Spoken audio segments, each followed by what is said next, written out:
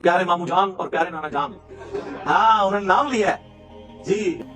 حضرت معاویہ رضی اللہ تعالیٰ عنہ سے محبت ہمارے ایمان کا حصہ ہے، تمام صحابہ سے محبت۔ آپ نے کچھ صحابہ کرام کے خلاف ایک پروپیگنڈا کیا ہوا ہے، اور المہند المفند کے بارے میں جو پروپیگنڈا کیا ہوا ہے، اللہ تعالیٰ ہمارے دل میں صحابہ کرام جن میں حضرت معاویہ رضی اللہ تعالیٰ عنہ اور حضرت ابو سفیان رضی اللہ تعالیٰ عنہ جن کے خلاف آپ پروپیگنڈا کرتے رہتے ہیں، اللہ تعالیٰ ان صحابہ سے ہمیں، تمام اہل بیت سے، تمام صحابہ سے اور ان صحابہ سے بھی اللہ ہمیں محبت نصیب کرے۔ انہوں نے کہا کہ میں حضرت ابو سفیان رضی اللہ تعالیٰ عنہ اور ان کے بیٹے حضرت معاویہ رضی اللہ تعالیٰ عنہ میں بات کر رہے ہیں۔ کیا گل کر رہی ہیں؟ شروع کر حق چار یار کا نعرہ سب سے زیادہ شد و مت سے کس فرقے نے لگایا؟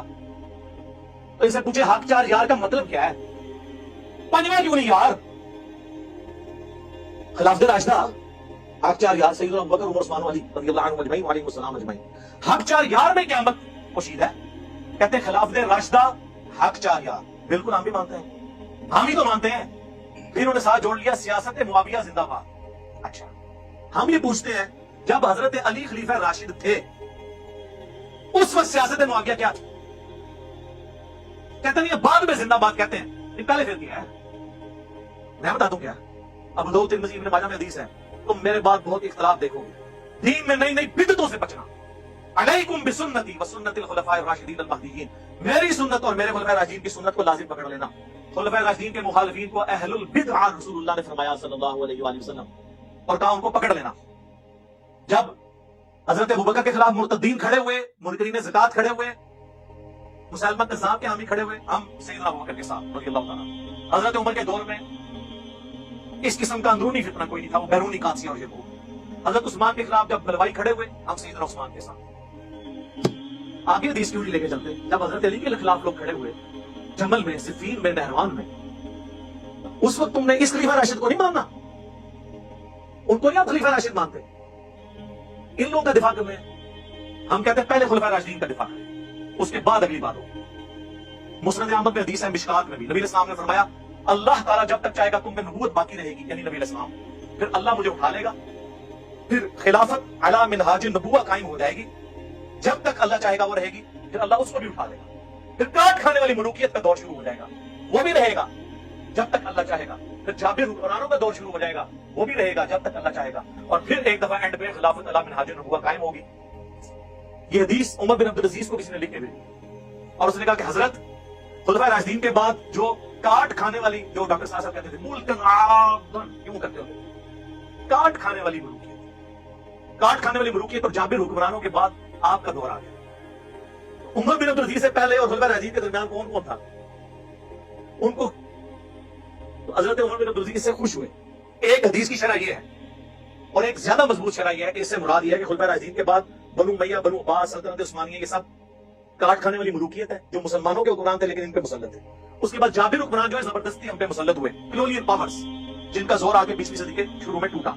ہمارا اختلاف یہ کہ رسول اللہ کیا فرما کے گئے ہیں صلی اللہ علیہ وسلم۔ مسند احمد کی حدیث سن لی، ابو داؤد ترمذی میں حدیث ہے، نبی الاسلام نے اس کا بریک اپ بھی دیا ہے۔ رسول اللہ کے آزاد کردہ غلام سفینہ رضی اللہ تعالیٰ عنہ کہتے ہیں نبی الاسلام نے فرمایا تھا میرے بعد خلافت علی منہاج النبوہ 30 سال رہی، اس کے بعد ملوکیت شروع ہو جائے گی، اور کہا بیٹا گن، ابو بکر کے 2 سال، عمر کے 10 سال، عثمان کے 12 سال اور علی کے 6 سال، اس میں بھی 5.5 سال جو ہے وہ سیدنا علی کے ہیں اور 6 مہینے سیدنا حسن ابن علی۔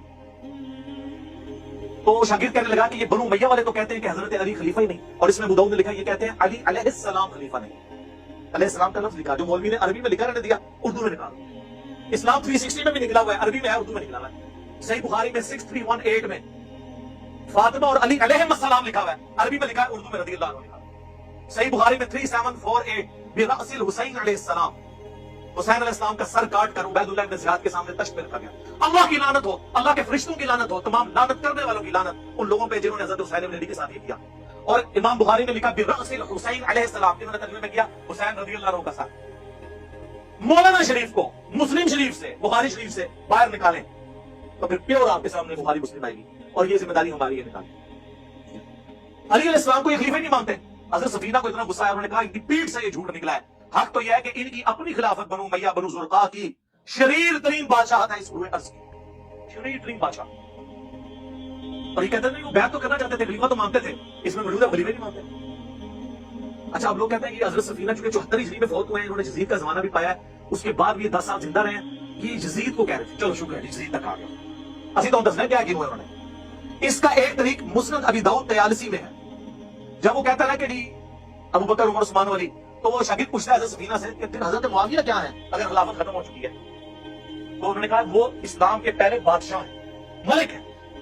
ہم انہیں خلیفہ نہیں مانتے. لوگ کہتے تھے خلیفہ راشد نہیں مانتے. سر ہم خلیفہ بھی نہیں مانتے. خلیفہ ایک متبرک ٹرم ہے ایک خاص چیز کے لیے. ویسے تو سارے انسان ہی خلیفہ ہے اللہ کے, لیکن جو خلافت ہے نا, جو لفظ, اس اعتبار سے وہ ملک ہے, خلیفہ نہیں ہے. ہاں ویسے تو امیر المومنین فی پاکستان عمران خان صاحب وہ آپ کہتے رہے, لیکن اگر وہ والا خلیفہ بات کریں خلیفہ راشد, وہ نہیں. حضرت سفینہ کہتے ہیں وہ بادشاہ ہے. اور اسی کا ایک طریق مصنف ابن ابی شیبہ میں ہے, اس میں الفاظ ہیں کہ بنو امیہ سخت گیر بادشاہ ہیں اور ان کا پہلا بادشاہ معاویہ ابن ابی سفیان ہے. اب پتہ چل گیا وہ کس کو کاٹ کھانے والی ملوکیت اور وہ ساری باتیں کر رہے تھے شریف تین بادشاہ. کلیئر ہے خود ہے. نبی صلی اللہ علیہ وسلم نے حضرت ابو سفیان کو 100 اونٹ گفٹ کر دیے. سر 800 اونٹ جو ہے نا 3-4 کروڑ روپے سے کم نہیں بنتا. تو انصار مدینہ آپس میں چیما گوئیاں کرنا شروع ہو گئے, بخاری مسلم دونوں میں, کہ ابھی تو قریش کا خون ہماری تلواروں سے ٹپک رہا ہے. اور نبی اسلام نے بجائے انصار کو مال غنیمت دینے کے اپنے انہی دشمنوں کو 100 اونٹ دے دیے. مسلم میں تو بڑے سخت الفاظ ہیں. چند جو نوجوان تھے, نوجوان ذرا زبان کے تیز ہوتے ہیں نا, انہوں نے کہہ دیا اس شخص پہ اس کے قبیلے کی محبت غالب آ گئی ہے, یعنی رسول اللہ کے بارے میں. ابھی کرماتے کفر تھے, لیکن حضور کو وہی کے ذریعے اللہ نے بتایا, حضور نے ان کو بلا لیا. تم نے یوں کہا ہے. سینئر ریجن میں ان کا بچے ہیں جی, انہوں نے جذبات میں کہہ دیا. حضور نے ان کو نہیں ڈانٹا, معذرت کی. انہوں نے کہا اللہ اور اس کا رسول تمہارا عذر قبول کرتے ہیں. نبی علیہ السلام نے آگے سے عذر قبول کیا.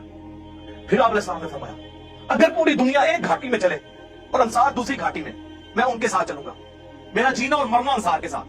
اگرچہ فتح مکہ ہو چکی لیکن میں واپس مدینہ جاؤں گا. کیا تم اس بات پہ خوش نہیں کہ لوگ دنیا کا مال لے جائیں اور تم اللہ کے رسول کو لے جاؤ؟ اللہ کے رسول کو لے کے جانے والے انصار تھے, دنیا کا مال لینے والے بنو امیہ تھے. یہ بخاری مسلم میں حدیث ہے. انصار سے محبت نہیں رکھے گا مگر مومن, انصار سے بغض نہیں رکھے گا مگر منافق. بخاری مسلم میں حدیث ہے انصار صبر کرنا میرے بعد اور لوگوں کو تم پر ترجیح دی جائے گی. تم صبر کرنا حتیٰ کہ حوض کوثر پہ آگے مجھے ملنا. حوض کوثر پہ کیا ہوگا؟ سحقن سحقن لمن غیر بعدی, ان پہ پھٹکار ہو, ان کو مجھ سے دور کر دو جنہوں نے میرے بعد میرا دین بدل دیا. وہ اصحابی والی حدیث جو انہوں نے امتی بنا دی ہوئی ہے. امتی والی حدیث اللہ تعالی صحابی اللہ تعالی. وہ پھر ٹاپک اور طرف چل پڑے گا. اسی مسلم کی حدیث میں حضرت ابو سفیان نے کہا یا رسول اللہ, ایک تو مجھے جنگ میں لے جائیں, دوسرا میرا یہ بیٹا جو معاویہ ہے یہ کتابت جانتا ہے, آپ اسے اپنا کاتب رکھ لیں, جس سے انہوں نے کاتب پہ ہی نکالا ہوا ہے. اور راوی حدیث کہتے ہیں کہ ابو سفیان اگر حضور سے یہ ریکویسٹ نہ کرتا, حضور خود سے ان کو یہ کبھی یہ چیزیں نہ دیتے, کیونکہ وہ جو راوی تھا نا اس نے میری ویڈیوز دیکھی ہوئی. ظاہر یہی کہہ لیں گے یہ لوگ. انہوں نے کہا اس لیے کہ حضور کی یہ عادت تھی کہ آپ انکار نہیں کسی کو کرتے تھے. کاتب لکھوا لیا, یہ کاتب وحی اس طرح بھرتی ہوئی ہے سفارشی, اسی طرح ہوئی ہے, اور اس میں کاتب کے الفاظ ہے, کاتب وحی کے نہیں ہے. صحیح مسلم میں ایک اور حدیث ہے, نبی علیہ السلام نے اپنے عباس سے کہا کہ معاویہ کو بلاؤ, میں اسے کتابت کروانا چاہتا ہوں. وہاں بھی کاتب وحی نہیں. ایک دفعہ گئے, واپس آگے, انہوں نے کہا میں کھانا کھا رہا ہوں. دوسری بار, تیسری بار, کتنا کھانا کھانا تھا. پھر نبی علیہ السلام کی مبارک زبان سے الفاظ نکلے, خدا اس کا پیٹ نہ بھرے. بس یہ زبان سے نکلنے والی بات. وہ کہتے ہیں مسلم شریف میں حدیث ہے کہ اگر میں کسی کو بدعا دوں تو اللہ اس کو دعا بنا دینا. سر ایسی کوئی حدیث نہیں ہے. اس کے ساتھ الفاظ ہیں اگر اس بدعا کا اہل نہ ہو تو دعا بنا دینا, اگر اہل ہے تو وہ بدعا ہی بنے گی. جی جن کو دعائیں لگی ہوئی ہیں نا وہ پتہ ہے ہمیں. بخاری مسلم حدیث ہے, انس بن مالک کہتے ہیں مجھے حضور نے کثرت اولاد کی دعا دی تھی, میں 100 سے زیادہ پوتے پڑپوتے اپنے ہاتھوں سے دفنا چکا ہوں, اتنی میری اولاد ہوئی ہے. 120 سال کی عمر میں آلموسٹ فوت ہوئے. وہ اس زمانے میں تو 15-20 سال کی عمر میں شادی ہو جاتی تھی. تو جن کو اولادیں ملی ہوئی ہے نا, وہ دعاؤں کا اثر بخاری مسلم میں موجود ہے. ادھر آپ دیکھ لیں, آپ کتاب الاوائل اٹھا لیں ابن ابی عاصم کی, اس میں انہوں نے لکھا ہے کہ پہلا شخص, بلکہ مصنف ابن ابی شیبہ میں موجود ہے, پہلا شخص اس امت میں جنہوں نے بیٹھ کے خطبہ شروع کیا وہ حضرت معاویہ رضی اللہ تعالیٰ عنہ تھے, کیونکہ ان کا پیٹ بہت بڑھ گیا ہوا تھا دعا کی وجہ سے. میں تو دعا ہی کہوں گا نا, میں بدعا تو نہیں کہہ سکتا. پھر دلائل النبوہ امام بیہقی کی وہ کتاب ہے جس میں 3500 حدیثیں یہ ہیں کہ نبی علیہ السلام کی پروفیسیز اور مستقبل کی خبریں صحیح ثابت ہوئی ہیں. عمار کو باقی جماعت قتل کرے گی, یہ حدیث بھی وہ لے کے آئے, اور بھی کئی حدیثیں. اور وہ یہ حدیث بھی لے کے آئے کہ ابن عباس والی جو حضور نے بھیجا تھا, بلاؤ اس کو, میں نے اسے کتابت کروانی ہے. چوتھی دفعہ آپ نے فرمایا خدا اس کا پیٹ نہ بھرے, اور اس کے آگے لکھا ہے کانا یکتب الوحی, وہ وہی لکھا کرتے تھے. یہ واحد جگہ ہے دلائل النبوہ جہاں وحی کے الفاظ ہیں, باقی ہر جگہ کاتب کے ہیں, خطوط لکھنے والا.